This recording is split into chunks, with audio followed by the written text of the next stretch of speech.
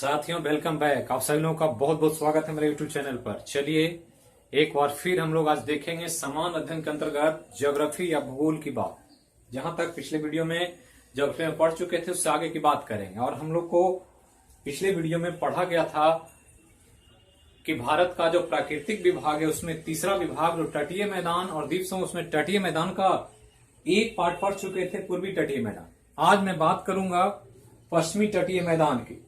तो चलिए देखते हैं जो पश्चिमी तटीय मैदान का भौगोलिक स्वरूप है, जो विस्तार है और जो इसकी विशेषता, उसकी मैं बात करूंगा।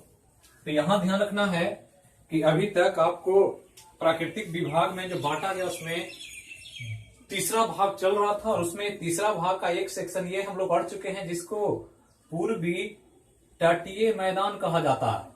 तो ये हम लोग देख चुके हैं।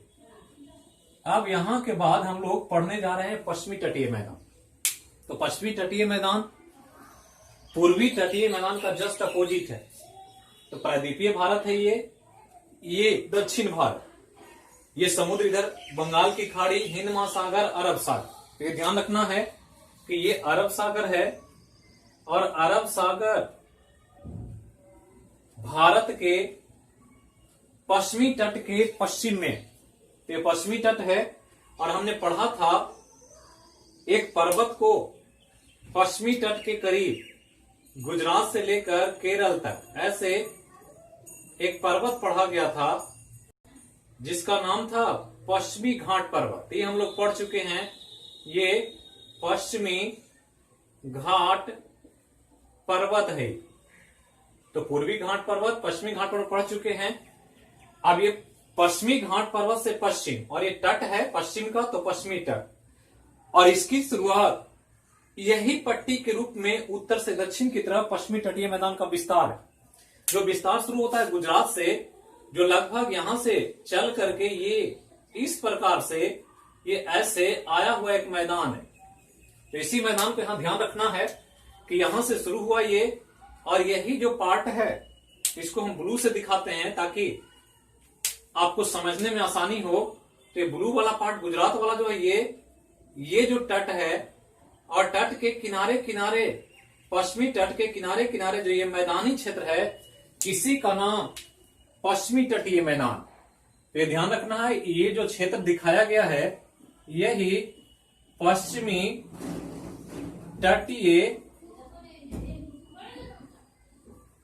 तटीय मैदान है। तो पूर्वी तटीय मैदान पढ़ चुके हैं और ये पश्चिमी तटीय मैदान जो बिल्कुल पतली संकरी एक पट्टी है।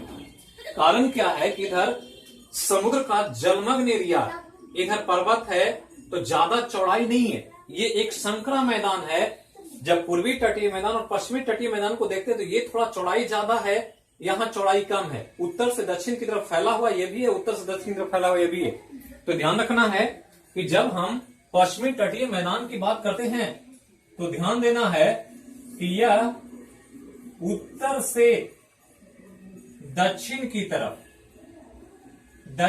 तरफ फैला एक तटीय मैदान है, ये ध्यान रखना है। और ये फैला मैदान जो है ये एक संकीर्ण मैदान है। संकीर्ण मतलब ज्यादा चौड़ाई नहीं है। किसकी तुलना में? तो पूर्वी तटीय मैदान की तुलना में। तो ध्यान रखना है कि यह मैदान संकरा मैदान है, मतलब ज्यादा चौड़ाई नहीं है। तो मैदान तो संकरा है, लेकिन एक विशेषता है यहाँ पर कि इधर चूंकि जब मानसूनी हवाएं चलती है तो इधर वर्षा खूब होती है, गर्मी भी ज्यादा होता है और इसके कारण वेपोराइजेशन अधिक होता है। और संकरा मैदान होने के साथ साथ जब गर्मी और बारिश का संयोग होगा तो यहाँ पर इस मैदान में नमी अधिक पाई जाएगी, तो ह्यूमिडिटी अधिक होगा पूर्वी मैदान से। तो ये ध्यान रखना है कि चौड़ाई कम है लेकिन नमी अधिक होती है, ये ध्यान रखना है। अब चौड़ाई की बात करें तो चौड़ाई थोड़ा सा ध्यान रखना है बेसिक तौर पर, जो आपसे कभी कभी पूछेगा। इधर का हमने बताया था पूर्वी तटीय मैदान की चौड़ाई लगभग औसत रूप में 120 किलोमीटर है, जबकि ये उससे आधा के करीब है। और जब चौड़ाई देखेंगे तो पश्चिमी तटीय मैदान की औसत चौड़ाई जो दिखती है ये पूर्वी तट से काफी कम है, और औसत चौड़ाई जब इसको निकालेंगे तो इसका चौड़ाई लगभग 64 किलोमीटर कहीं कहीं 50 भी देता है, कहीं कहीं 54 भी देता है, लेकिन एक डाटा के रूप में 64 किलोमीटर ध्यान रखना। और ये संकरी पट्टी और ये चौड़ाई औसत के रूप में 64 किलोमीटर, लेकिन सबसे ज्यादा अगर चौड़ाई पूछे तो सबसे ज्यादा चौड़ाई यह गुजरात में लिए हुए, तो सबसे ज्यादा चौड़ाई जो इसका मिलता है यह चौड़ाई गुजरात राज्य में मिलता है, ये ध्यान रखना। तो गुजरात में यहां से जो ये एरिया गुजरात का दिख रहा है यहीं पर चौड़ाई सबसे अधिक है। और ध्यान देना है कि जैसे जैसे हम उत्तर से दक्षिण की तरफ बढ़ते चले जाते हैं ये चौड़ाई घटती चली जाती है। तो ध्यान रखना है, ये भी पूछ दे कि चौड़ाई किधर ज्यादा तो उत्तर में ज्यादा, कम किधर तो दक्षिण में कम, या पूछ दे कि उत्तर से दक्षिण की तरफ बढ़े तो पश्चिमी तटीय मैदान की चौड़ाई पर क्या इफेक्ट पड़ेगा, तो चौड़ाई घटती चली जाएगी। तो ये ध्यान रखना है कि अगर ये पूछ दे तो ध्यान रखना है एक पॉइंट कि दक्षिण की तरफ चौड़ाई कमती चली गई है, ये ध्यान रखना, कमती चली गई है। अब यहां पर कुछ इंपॉर्टेंट विशेषता जो आपको ध्यान रखना और काफी इंपॉर्टेंट जो आपके एग्जाम में बार बार पूछा जाता, तो इसको कॉन्सेप्चुअली ध्यान देना है, मैप से जोड़ करके देखना है। अब यहां ध्यान दें, इसका विस्तार को देखें तो दिख रहा है कि ऊपर में ये गुजरात में है और नीचे तमिलनाडु में जो कन्याकुमारी तक है। तो ध्यान रखना है कि यहां पर केरल और ऊपर में गुजरात, तो इस रूप में ध्यान रखना है कि इसकी जो विस्तार है या डिस्ट्रीब्यूशन है ये उत्तर में गुजरात से शुरू होता है और गुजरात के बाद नीचे आते हैं तो महाराष्ट्र, महाराष्ट्र के बाद नीचे आए तो गोवा, गोवा के बाद कर्नाटक और कर्नाटक के बाद केरल। तो इतना राज्यों में इसका विस्तार दिखाई पड़ता है, ये ध्यान रखना। तो उत्तर में हो गया गुजरात और दक्षिण में हो गया केरल तक। तो ध्यान रखना है कि उत्तर में गुजरात और दक्षिण में केरल तक फैला हुआ एक पतली मैदानी एरिया है जो पश्चिमी तट के आसपास पश्चिमी घाट पर्वत के पश्चिम में और अरब सागर और पश्चिमी घाट पर्वत के बीच में एक फैला हुआ जो पट्टी ऊपर से नीचे की तरफ, इसी को पश्चिमी तटीय मैदान कहते हैं। अब इस पश्चिमी तटीय मैदान का कुछ प्रादेशिक वितरण किया गया है, अलग अलग क्षेत्रों में अलग अलग नाम से इसको पहचान मिलती है, अलग अलग विशेषता, और इसी के तौर पर यहां पर कुछ भौगोलिक विशेषताओं का आपको ध्यान रखना। तो चलिए इसी को शुरू करते हैं कि कहां से कहां तक इसको शुरू करें और कैसे कैसे इसको डिस्ट्रीब्यूट करें। तो ध्यान रखना है कि ये अरब सागर है, तो ये सब तट है, ये अरब सागर का एरिया है, वाटर से सबमर्ज है, और ये जो किनारे वाला एरिया तट है। अब तट को देखेंगे तो कुछ तट को आपको ध्यान रखना, ये वाला जो पॉइंट है इसको कच्छ की खाड़ी कहते हैं, ये ध्यान रखना है, कच्छ की खाड़ी। यहां जो है ये इसको कहा जाता है खंभात की खाड़ी, तो ये ध्यान रखना है नाम। तो कच्छ की खाड़ी, खंभात की खाड़ी, और यहां पर जो है यहां पर ये गुजरात का एरिया कच्छ का रण कहलाता है, तो ये कच्छ का रण है।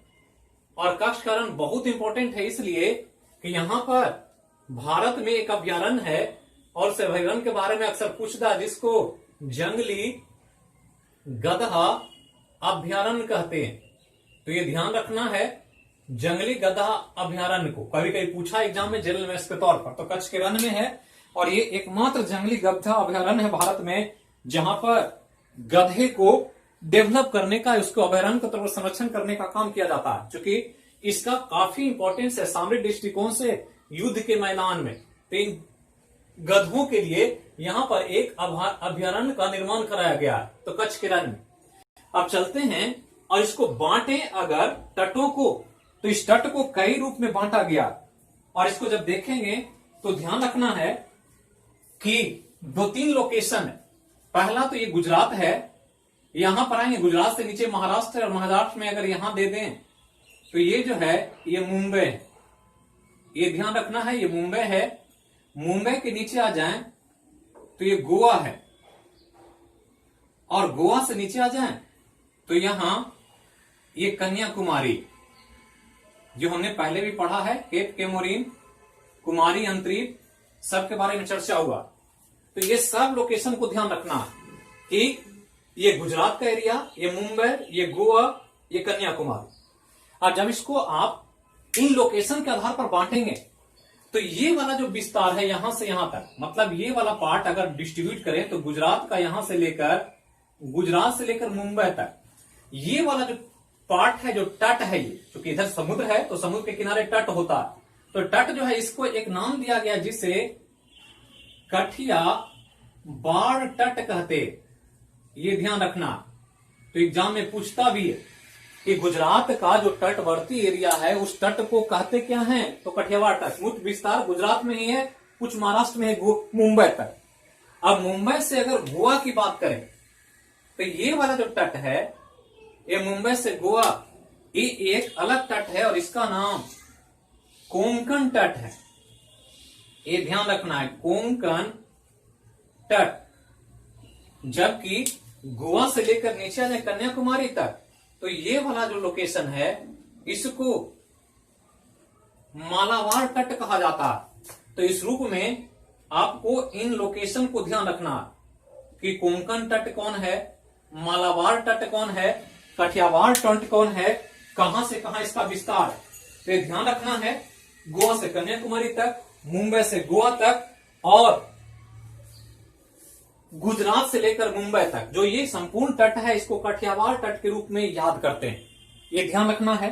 अब यहां पर जो ये मैदान है इसको कई अलग अलग लोकेशन में बांटा गया है और उसको थोड़ा सा आपको ध्यान रखना है कि अलग अलग मैदानों में इसको क्षेत्र के आधार पर डिस्ट्रीब्यूट किया गया है, जिसको हम अगर बांटें तो 4 भाग में ये विभाजित है। अर्थात ये पश्चिमी तटीय मैदान को 4 भागों में बांटा गया और 4 जो भाग है उसको थोड़ा सा ध्यान रखना। जिसमें पहला भाग है गुजरात का तटीय मैदान, तो ये ध्यान रखना है, गुजरात का तटीय मैदान। तो ध्यान रखना है गुजरात का तटीय मैदान। तो गुजरात का तटीय मैदान सबसे ऊपर में उत्तरी भाग में, तो ये ध्यान रखना है। पूछ दे कि तटीय मैदान का जो पश्चिमी तटीय मैदान है उसका सबसे उत्तरी मैदान कहलाता है क्या, तो गुजरात का तटीय मैदान।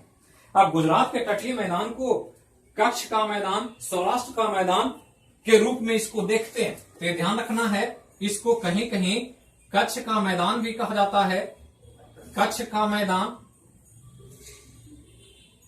कठियावाड़ मैदान, कठियावाड़ मैदान, या इसको सौराष्ट्र के मैदान के रूप में भी बांटा जाता है। तो ये ध्यान रखना है और ये आपको ध्यान रखना, ये गुजरात का पश्चिमी भाग है और पश्चिमी भाग होने की वजह से यहाँ पर शुष्क मौसम होता है या अर्ध शुष्क मौसम के रूप में रेतीली मैदान यहाँ देखी जाती है। तो ज्यादातर यहाँ पर वनस्पति या वेजिटेशन नहीं है, लेकिन ये मुख्य रूप से रेतीले मैदान के रूप में देखा जाता है।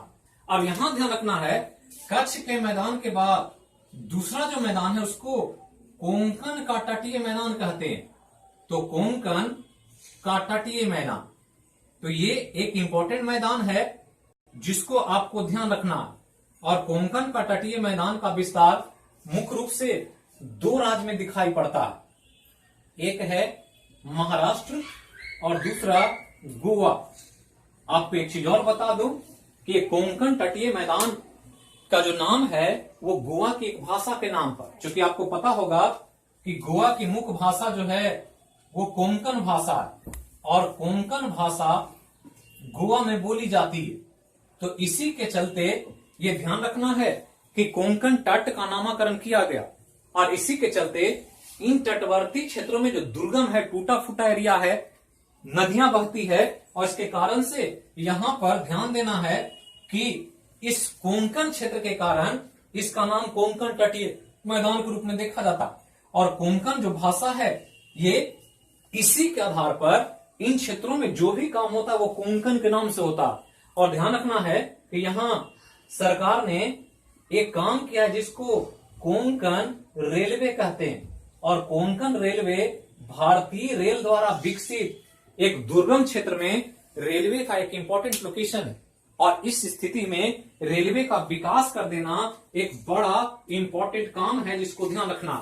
अब यहां ध्यान देंगे कि यहां पर जो गुजरात का तटीय मैदान हमने कहा था कि ये रेतीला मैदान है, ज्यादा वनस्पति नहीं है, लेकिन इस गुजरात के तटीय मैदान में कुछ नदियों का यहां बहाव क्षेत्र है और इस बहाव क्षेत्र के कारण ये सभी नदियां अरब सागर में गिरने के लिए इस गुजरात के मैदान से होकर क्रॉस करती है। इसमें कुछ नदियों को याद रखना, जैसे एक नदी है माही नदी, माही के साथ नर्मदा ताप्ती, साबरमती, ये सब नदियां गुजरात के मैदान से होकर बहती है और अरब सागर में अपने मुहाने के पास मिल जाती है। तो यही लोकेशन आपको ध्यान रखना है गुजरात के तटीय मैदान में और कोंकण तटीय मैदान। अब यहां कोंकण तटीय मैदान की बात करें तो यहां पर थोड़ा सा वनस्पति देखा जाता है और यहां दो तरह के पौधों का ज्यादा विस्तार है, एक साल का, एक सौगान का। तो सागौन और साल दो महत्वपूर्ण वृक्ष यहां पर मिलते हैं या यहां के जंगलों में इस तटीय मैदान में देखे जाते हैं। तो ये कोंकण तटीय मैदान। तीसरा जब आते हैं तो तीसरा जो मैदान है इसको कन्नड़ का तटीय मैदान कहा जाता है। तो कन्नड़ का तटीय मैदान, तो कन्नड़ का तटीय मैदान, तो कन्नड़ भाषा है, क्योंकि सब नाम भाषा के आधार पर ही है, चाहे कोंकण हो, कन्नड़ हो। तो ये ध्यान रखना है कि कन्नड़ का तटीय मैदान, और कन्नड़ बोला जाता है कहां? कर्नाटक में, और कर्नाटक में कन्नड़ बोलते हैं, इसलिए इसको कन्नड़ का तटीय मैदान कहते हैं, अर्थात इसका मुख्य विस्तार कर्नाटक में है। तो ये ध्यान रखना है। और कर्नाटक का मैदान भी इसको कहते हैं। तो कर्नाटक का मैदान कहें, कन्नड़ का तटीय मैदान कहें, ये ध्यान रखना। और कर्नाटक में कुछ इंपॉर्टेंट लोकेशन की वजह से, जो इसका भौगोलिक बनावट है, इसकी वजह से यहां पर कुछ चीजों की खेती होती है, जिसमें गरम मसाला,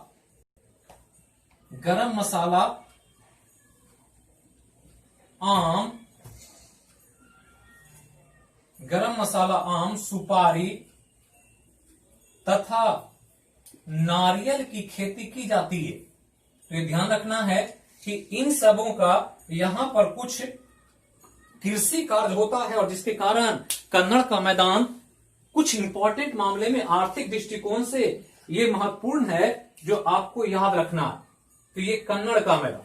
और चौथा जो है ये केरल के क्षेत्र में, और इसको कहते हैं मालाबार का तटीय मैदान। तो जो चौथा जो है इसका नाम है मालाबार का तटीय मैदान। तो मालाबार का तटीय मैदान, हम ऊपर से नीचे की तरफ आ रहे हैं, और इसी के तौर पर आपको ध्यान रखना। तो मालाबार का तटीय मैदान जो मुख्य रूप से विस्तार है ये केरल में है। तो केरल में जो मैदान है इसी को हम मालाबार का तटीय मैदान कहते हैं, इसको केरल का मैदान भी कहें। और केरल का मैदान मुख्य रूप से कुछ इंपॉर्टेंट लोकेशन के लिए जाना जाता है। तो ध्यान रखना है कि केरल में बहुत सारे कयाल हैं। कयाल आपको पढ़ना है झील में। तो झील जब पढ़ेंगे तो कयाल झील, लैगून झील यानी उपझील की बात होगी। तो यहां पर केरल के क्षेत्र में कयाल का निर्माण होता है, यह ध्यान रखना है तटीय मैदान। तो यहाँ कयाल पाए जाते हैं, और कयाल है क्या? तो समुद्र में मलबा से घिरा हुआ क्षेत्र है। तो मान लिया कोई मैदान है और यहाँ पर पानी का अगर एक स्रोत ऐसे बंद हो जाए, मलबा से पानी अंदर ड्रॉप कैप्चर हो जाए, यहां बंद हो जाए, मलबा से ऐसे बंद हो, तो इसी को कयाल नाम दे देते हैं। और ऐसा लोकेशन केरल के क्षेत्र में ज्यादा दिखता है, और इसके चलते केरल में अक्सर नौकायन की प्रतियोगिता होती रहती है। और इस रूप में आपको ध्यान रखना है कि इंपॉर्टेंट एक नौकायन होता है, जिसको यहां ध्यान देना है कि नौकायन प्रतियोगिता के रूप में किया जाता है। तो कयाल जो एक झील है, ध्यान रखना। और इसके कारण यहां दो काम, मछली पालन या मछली को पकड़ने का काम, और दूसरा नौकायन बड़े पैमाने पर होता। तो ये ध्यान रखना है कि नौकायन होता है और मछली पालन यहां पर एक महत्वपूर्ण पेशा के रूप में देखा जाता है। अब यहां केरल का एक कयाल है जिसका नाम है पुन्नामदा। तो ये ध्यान रखना है, पुन्नामदा कयाल। और यही कयाल है जहां पर नेहरू ट्रॉफी नौकायन प्रतियोगिता कराई जाती है, जो अक्सर चर्चा में रहता है। तो ये ध्यान रखना है, कभी कभी पूछेगा जनरल अवेयरनेस के तौर पर। पूना मदा कयाल या नेहरू ट्रॉफी नौकायन प्रतियोगिता के बारे में। तो ये ध्यान रखना है, जो बड़े नौकायन दौड़ के रूप में पतली पतली नौकाओं को रेसिंग कराई जाती है इस कयाल में। तो कयाल इंपॉर्टेंट है लैगून झील के रूप में, यहां पर ध्यान रखना। अब आगे चलें तो कुछ महत्वपूर्ण विस्तार है यहां पर जो इंपॉर्टेंटली यहां पर आपको ध्यान देना। पहला तो कि इधर जो पश्चिमी तटीय मैदान है, इस तटीय मैदान का ढाल बहुत तीव्र है, बहुत तीव्र मतलब बहुत स्लोप है। ढाल इधर की तुलना में इधर ज्यादा है, और ढाल जब ज्यादा होगा तो नदियां जो बहेगी बहुत तीव्रगामी होगी, और इसलिए ढाल तीव्र होने की वजह से तीव्रगामी नदियां बहती है इधर। तो तीव्रगामी नदियां जब होगी तो इस तीव्रगामी नदियों के कारण पानी का फ्लो बहुत तेज होता है, और पानी का फ्लो जब तेज होगा तो इधर डेल्टा का निर्माण नहीं होगा। तो जितने भी इधर नदियां गिरती है अरब सागर, वो डेल्टा नहीं बनाती, और डेल्टा नहीं बनाने के कारण एक इंपॉर्टेंट संरचना बनता है यहां पर जिसको ज्वार नदमुख कहते हैं। तो ये ध्यान रखना है, ज्वार नदमुख का निर्माण होता है पश्चिमी तटीय मैदान में मुहाने पर। ये एक इंपॉर्टेंट विशेषता है जो अक्सर एग्जाम में पूछेगा। इधर जो भी बनता है वो डेल्टा बनता है पूर्वी तटीय में, लेकिन पश्चिमी तटीय में ज्वार नदमुख बनता है, और ज्वार नदमुख को अंग्रेजी में एस्चुरी कहा जाता है। तो ध्यान रखना है, एस्चुरी या ज्वार नदमुख जो भी आपसे पूछा जाए वो ध्यान देंगे। अब यहां पर क्या है कि यहां ढाल बहुत तीव्र है और स्लोप नहीं है, छिछला सागर नहीं है, परिणाम स्वरूप कचरा सीधे नीचे गिरता है, तो कोई डेल्टा नहीं बनता है। और डेल्टा जब नहीं बनेगा, मुहाना खाली रह जाएगा, तो उस खाली मुहाने को ही ज्वार नदमुख के रूप में देखा जाता है। अब यहां ध्यान रखना है कि यहां पर गहराई बहुत अधिक है, जो अरब सागर का क्षेत्र गहराई अधिक है, जबकि बंगाल की खाड़ी में उतनी गहराई नहीं है, और इसलिए पश्चिमी तटीय मैदान का जो मुहाना है नदियों का, यहां पर मुख्य रूप से प्राकृतिक बंदरगाह के लिए बहुत इंपॉर्टेंट लोकेशन है। और ध्यान रखना है, प्राकृतिक बंदरगाह यहां बड़े पैमाने पर विकसित हुआ, और बड़े बड़े नेचुरल पोर्ट या यहां पर बंदरगाह का विकास हुआ। तो शिप यार्ड है यहां पर बड़े बड़े, और शिप यार्ड जो है ये इसके कारण कि यहां पर गहराई समुद्र में ज्यादा है, सबमर्ज्ड एरिया है, इसके कारण से यहां बंदरगाह का विकास ज्यादा हुआ। और इस बंदरगाह के विकास में कुछ इंपॉर्टेंट बंदरगाहों को ध्यान रखना है, जो आपको एक तो ऊपर से चले तो पहला कांडला, कांडला के बाद मुंबई, मुंबई के बाद मार्मा गोवा, मार्मा गोवा के बाद मार्मा गोवा के बाद कोचीन, ये सब। इसके बाद एक है मंगलोर। तो ये मंगलोर, कांडला, मुंबई, मार्मा गोवा, कोचीन, ये सब प्राकृतिक बंदरगाह के महत्वपूर्ण इंपॉर्टेंट उदाहरण है, और यहां पर बड़े बड़े मालवाहक जहाज से एक्सपोर्ट इंपोर्ट का काम होता है। तो ये ध्यान रखना है, ये कुछ महत्वपूर्ण बंदरगाहों को आपको ध्यान देना है। तो ये एक इंपॉर्टेंट पश्चिमी घाट पर्वत की बात, पश्चिमी तटीय मैदान जो पश्चिमी घाट पर्वत से पश्चिम में विस्तार है उत्तर से दक्षिण की तरफ, उसकी बात, इसको आपको ध्यान रखना। यही पश्चिमी तटीय मैदान की मुख्य विशेषता है जिसको ध्यान देंगे, और इसी से इंपॉर्टेंटली कुछ सवाल आपसे एग्जाम में पूछा जा सकता है। तो ध्यान रखना है, यहां पर मैंगलोर को पहले रखना है और कोचीन को बाद में रखना। ऊपर से नीचे चल रहे हैं हम लोग, तो यहां पहले मैंगलोर को रखेंगे और तब कोचीन को लेकर आए, ये ध्यान रखना। ये भी ध्यान रखना है कि मालाबार तट जो है मुख्य रूप से केरल में है, ये ध्यान देना, इसका मुख्य विस्तार केरल में है।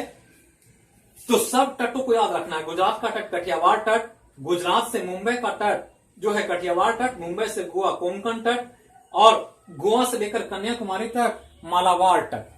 तो ये एक इंपॉर्टेंट लोकेशन। अब यहां ध्यान रखना है कि इसी तटवर्ती क्षेत्रों में एक इंपॉर्टेंट काम होता है दो जगह पर, एक गुजरात में और एक केरल में। क्योंकि यहां हमने कहा ये सबमर्ज्ड है, मतलब जलमग्न रहता है, और जलमग्न और अधिक हो जाता है जब ज्वार भाटा आता है। तो गुजरात और केरल में ज्वार भाटा के कारण, तो ज्वार भाटा जब आता है टाइड, तो ज्वार भाटा के कारण समुद्र का जल खेतों में घुस जाता या मैदानी क्षेत्र में प्रवेश कर जाता है। परिणाम स्वरूप यहां बड़े पैमाने पर नमक का उत्पादन होता है।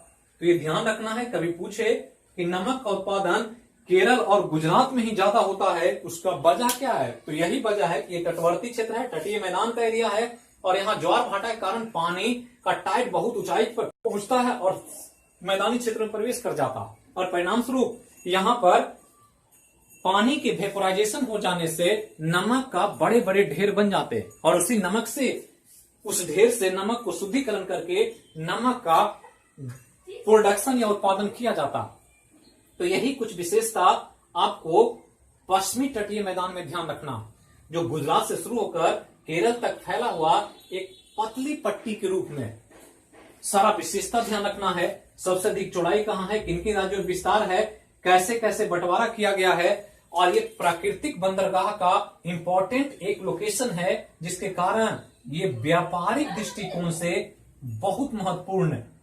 तो ये ध्यान रखना है यहां पर इस लोकेशन को। ज्वार नदमुख बनता है, ये ध्यान रखना है, क्योंकि यहाँ एस्चुरी ही मेन फॉर्मेशन होता है, डेल्टा का निर्माण नहीं होता है, मुहाने पर मलबा जमा नहीं होता।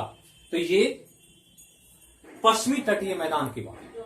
फिर मिलेंगे अगले वीडियो में अगले विषय के साथ। तब तक के लिए जहां रहें, स्वस्थ रहें, सुरक्षित रहें।